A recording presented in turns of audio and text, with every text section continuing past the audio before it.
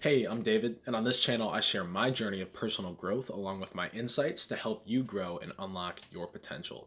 So, a couple days ago, I discovered a really powerful tool that I wanted to share with you because I had a truly powerful experience that is really helping me grow and changing who I am in a good way. So, I discovered this video released by Leo Gura from actualize.org about holotropic breathing, or his take on it, which he calls shamanic breathing. And I'm not going to dive too deep into this method, but basically what it is flooding your brain and your body with oxygen through hyperventilation. Uh, and supposedly what this does is release tension that's stored in your subconscious mind that you don't normally have access to. So, just so you know, this technique does come with some serious risks. Um, if you are even considering it, you should definitely watch the video. I'll put a link in the description, and definitely do some research before you even think about diving into this. So, I tried it 2 nights ago. Tried to go for 30 minutes because that's what he recommended. Um, so I laid down. I put on some shamanic drumming music. I was all ready to go, and I started doing the technique. I started breathing in and out deeply, and after about a minute of this, I started to feel really tingly. My fingertips were tingling, and my face and my stomach. And then after a couple minutes, I felt like there was a weighted blanket on me, and the tingling started to get more intense. And after about 5 minutes, I could feel a lot of tension, like my jaw was almost like starting to close on its own. Um, and this heavy tension and tingling in my hands and my wrists. And after about 10 minutes, it started to get really, really intense. At about the 13-minute mark, I stopped. And for the next 10 minutes,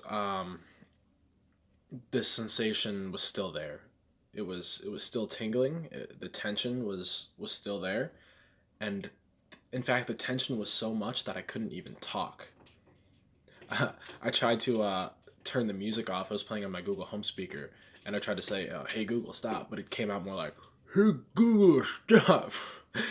Like, that's how much tension there was. It was insane, and I couldn't even like move my hands. Like my thumbs were stuck like this, and my fingers were like this. So this was very unpleasant, very terrifying. Felt like I was dying, kind of. Um, but I tried not to resist it. I just took the experience for what it was. I didn't know why I felt that way at all. I didn't know what that was. I wasn't sure if that was like my body like failing because of too much oxygen or something. I don't know. I was scared. But I took an hour off, and then I started really thinking about like, what does that mean? Like, what is that tension coming from? So I decided to do it again, and this time I decided to go for like 20 minutes. But again, I couldn't make it, and I stopped at about the 13-minute mark. So that was 2 nights ago. Yesterday, I thought about that experience a lot, and this morning I've been thinking about it, and I decided to try it again. And this time I successfully went for 20 minutes with a really similar experience, except I pushed myself a little bit more and the tension got more intense. I was I was completely in control the whole time. My mental state was totally normal, I would say, but my physical state was unlike anything I've ever experienced. I was and to try to cope with these intense painful feelings, I was slamming my fists on my bed, rolling around. I was crying. It was just more intense than anything I've ever experienced. So after that, I started really thinking about it, and I was especially feeling the tension in my jaw. Like I said, I couldn't keep my mouth open, and my wrists. and my hands. Like my hands were stuck like this, and today my wrists were all the way back like this. And I remember like after I stopped, I tried to like pull my wrist forward, and I couldn't even do it. I couldn't make it past like here when normally I can, you know. So I started thinking about it, and it started coming full circle for me. So when I was young, I had something called tics. Um, so basically, these are involuntary movements that I couldn't really control. If you've ever heard of Tourette syndrome, it's like that, except maybe not as intense as that. But some of my most destructive tics were pushing my hands back like this to bend my wrist. And I would do this so often and so hard that I would be in constant pain, and I couldn't even like move my wrists. And another one was, this was probably the worst one. I would always move my jaw like this, and I would do this over and over again until it became so sore and just painful to even talk or to do anything. And another one was biting my shirt when I was a kid. And I'm noticing a pattern here. It's things just like the extreme tension I felt this morning during this exercise.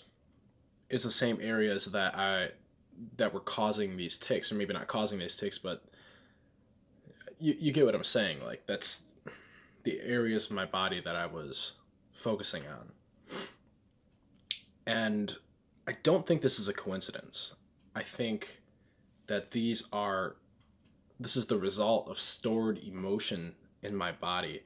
And this is a very new topic to me, but I've done some research on this since I started this because it really interested me, and it's quite fascinating. And I learned that repressed emotion can get stored in the body and in the subconscious mind. So basically, repression means we, for some reason, decide that we don't want to allow ourselves to feel a certain emotion. So before it even comes into our awareness, we basically bottle it up and store it in our body instead of releasing that energy. And obviously this can be very destructive. That's probably what my intuition tells me that was the cause of my tics as a kid. It's just making a lot of sense to me. And I think for me, it was stored anger. Because I think at a young age, I decided that expressing anger meant pain. So whenever anger would come up subconsciously, I would just basically throw that to the side, store that in my body instead of expressing that anger, because that would lead to ultimate pain for me. So this is a very deep realization for me, and it has a lot of implications in my life. So basically for the next, little while, I'm going to be focusing on trying to express my emotions fully and express my anger when it does come up. And I'll definitely, keep you guys posted about that. And this feels very significant for me. That's it for today. I hope you guys enjoyed. Let me know what your thoughts are on holotropic breathing or shamanic breathing if you've ever tried it. I would love to hear about your experience, and I hope you have a beautiful day. Thank you so much.